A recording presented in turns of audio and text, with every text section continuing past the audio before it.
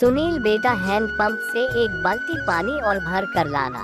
लेकिन क्यों माँ, अभी तो आपने इस पेड़ को इतना सारा पानी दिया। सुनील बेटा, यह पानी छोटे पेड़ के लिए नहीं बेटा, बड़े पेड़ के लिए है। एक छोटा वाला पेड़ हमें कच्चे आम देता है, इसलिए आप किसे पानी देती हो, लेकिन ये बड़ा पेड़ हमें एक भी आम नहीं देता। सालों से इस पर एक भी आम नहीं फरा, आप इसको पानी क्यों देती हो? सुनील खुशी बेटा, ये जरूरी नहीं कि जो पेड़ फल देता है हम सिर्फ उसी का ख्याल रखें और उसी को पानी दें। हमारे लिए तो सारे पेड़ एक बराबर होते हैं। इस आम के पेड़ ने मुझे आज तक एक भी आम नहीं दिए, फिर भी मैं इससे बहुत प्यार करती हूँ, इसलिए मैं इस छोटे वाले पेड़ के साथ इस बड़े वाले पेड़ को भी रोज पानी देता हूँ।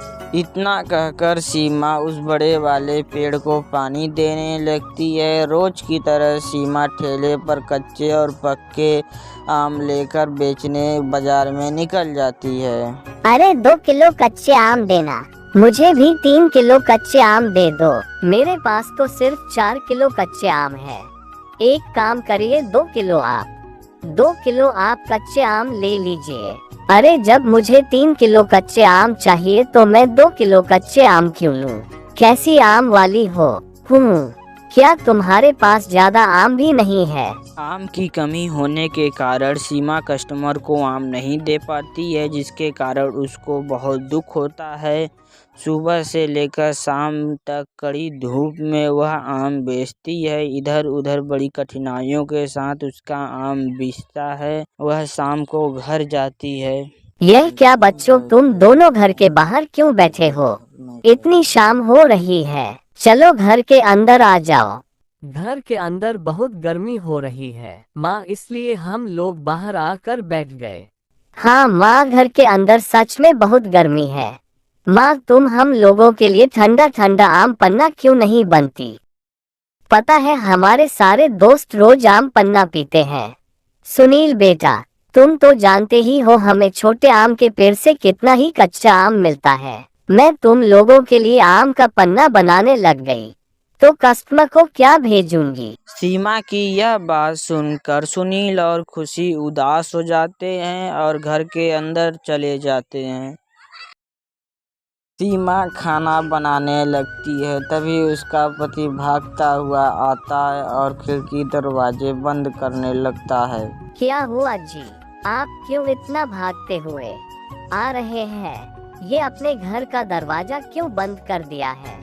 अरे जिन लोगों से मैंने कर्जा लिया था, उन लोगों ने मुझे मार्केट में देख लिया था। मैं उनसे बचते बचाते भागता हुआ आ रहा हूँ।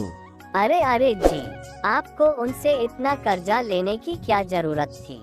मैंने कर्ज अपनी जरूरत के लिए नहीं लिया था, नया बिजनेस खोलने के लिए लिया था, पर वह बिजनेस नहीं चला तो इसमें मेरी क्या गलती है? डर के मारे मैं घर से बाहर भी नहीं निकल पा रहा हूँ। अगर किसी ने पकड़ लिया तो मैं उसे क्या जवाब दूंगा? सीमा की परेशानी और बढ़ जाती है। जैसे तैसे कर कर पूरा परिवार भोजन करता है और सोने चला जाता है। गर्मी के मौसम होने के कारण किसी को नींद नहीं आती है। अब इस गर्मी में सोया नहीं जाता, पंखे को ठीक करवा लो ना माँ। अपनी बेटी की बातों को सुनकर सीमा को रात भर नींद नहीं आती है। बहू, पेट में दर्द हो रहा है। अरे मेरे पेट में भी दर्द हो रहा है। अब इस गांठ का दर्द और बर्दाश्त नहीं होता। हे भगवान जी, माँ और पिताजी की दवाई भी खत्म हो गई है, अब इनका दर्द कैसे ठीक होगा?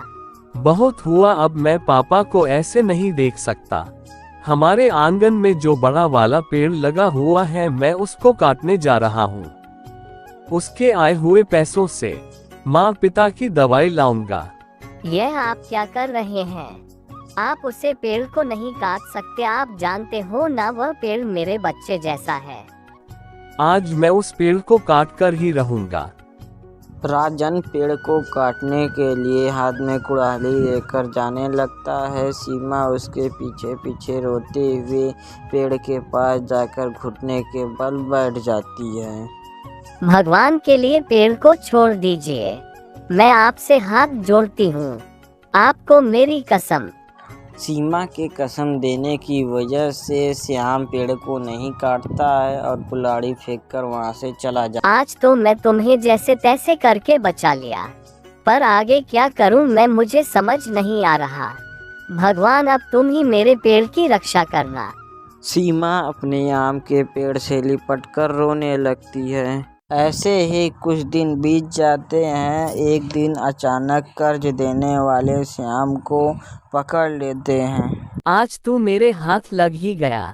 बहुत भाग रहा था ना, अब देखते हैं तू हमारे कर्ज कैसे नहीं चुकाता है। श्याम के पास बिल्कुल पैसे नहीं थे कर्ज चुकाने के लिए। कर्जदार वाले श्याम को पुलिस के हवाले कर देते हैं। सीमा की मुसीबत इतनी ही नहीं होती है, सीमा के सास ससुर के पेट में गांठ बहुत बड़ी हो जाती है, जिसके कारण वह अस्पताल में भर्ती हो जाते हैं और डॉक्टर उन्हें इलाज के लिए सलाह देते हैं। अगर आपने जल्द से जल्द इनका ऑपरेशन नहीं कराया तो इनका बचना नामुमकिन है। एक पर एक नई मुसीबत आने से सीमा बहुत परेशान थी। तुम इतनी गरीबी हमको देखकर तुमने हम पर काम जुल्म किया थे, अब तुम हमें ये दिन दिख रहा है। पहले मेरे पति को जेल भेज दिया और अब मेरे सास ससुर की हालत बहुत खराब है। अगर मैं उनका ऑपरेशन नहीं कराया तो मैं उनको बचा नहीं पाऊंगी। सारी बातें अपने पेड़ से कहने के बाद सीमा सोने चली जाती है। पेड़ सीमा की मदद नहीं कर पा रहा था, इसलिए वह काफी रो रहा था। तभी अचानक उधर से एक परी जा रही थी। पेड़ की आवाज सुनकर वह रुक जाती है। पेड़ जी, आप इतना दुखी क्यों हो? क्या बात है, मुझे बताइए। पेड़ परी को सारी बात बताने लगता है। तब परी कहती है, आप दुखी मत होइए, मैं आपको एक वरदान देती हूँ जिससे आप उस सीमा की मदद कर सकते हो। परी वरदान देकर वहां से चली जाती है।